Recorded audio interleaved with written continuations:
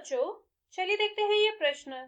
सिद्ध कीजिए कि समाकलन 0 से पाई बटा 2 x cot x dx बराबर होगा पाई बटा 2 log 2 के।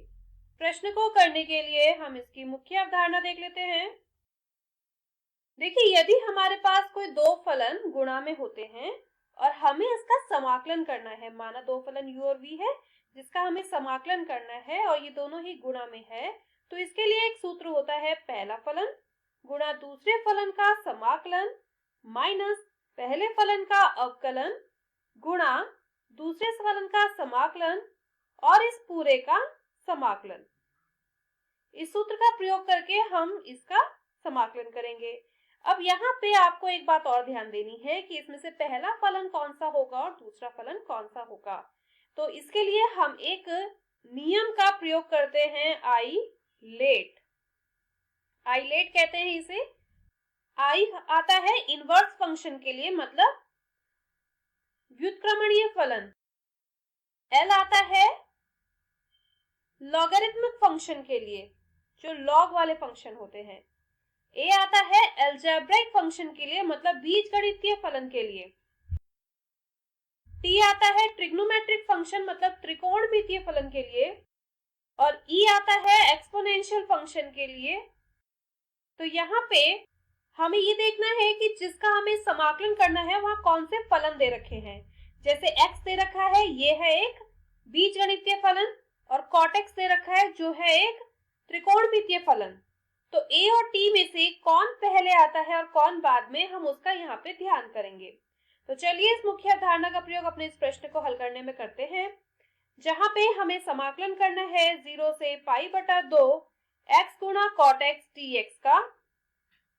अब देखिए, ये है एक बीजगणितीय फलन और ये है एक त्रिकोणमितीय फलन। आइलेट में a पहले आता है और t बाद में आता है, मतलब ये है इसका पहला फलन u और ये है इसका दूसरा फलन v। ठीक है, अब इस सूत्र का हम यहाँ पे प्रयोग करेंगे, जहां पे पहला फलन हमें ऐसा कैसा लिखना है, दूसरे फलन का समाकलन करना है माइनस पहले फलन का अवकलन करना है जो कि 1 हो जाएगा, गुणा दूसरे फलन का समाकलन करना है जो कि cot x का समाकलन होगा, और फिर इस पूरे का दोबारा से समाकलन करना है। ठीक है, और सीमाएं यहाँ पे लगेंगी 0 से पाई बटा 2, 0 से पाई बटा 2। तो ये बराबर होगा x गुणा cot x का समाकलन क्या होता है, cot x का समाकलन होता है log sin x माइनस समाकलन 0 से पाई बटा 2 cot x का समाकलन होता है log sin x dx। देखिए, यहाँ पे सीमाएं पूरी लगेगी 0 से पाई बटा 2, इस पूरे में लगेगी। तो यहाँ पे आप लिखेंगे पाई बटा 2 log साइन पाई बटा 2 माइनस 0 से सुगुणा करेंगे पूरा 0 हो जाएगा, माइनस, अब आपको एक सूत्र पता होगा, समाकलन 0 से पाई बटा 2 log साइन x dx बराबर होता है माइनस पाई बटा 2 log 2 के। इसका प्रयोग हम यहाँ पे करेंगे तो इस पूरे का मान आ जाएगा माइनस पाई बटा 2 log 2 के बराबर।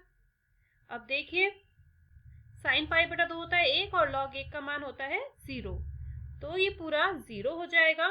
हमारे पास सिर्फ ये बचेगा माइनस माइनस प्लस पाई बटा 2 log 2, जो कि हमारा दायां पक्ष था जिसे हमें सिद्ध करना था। मैं आशा करती हूँ मुख्य अवधारणा की मदद से आपको इस प्रश्न का हल समझ आया होगा। धन्यवाद।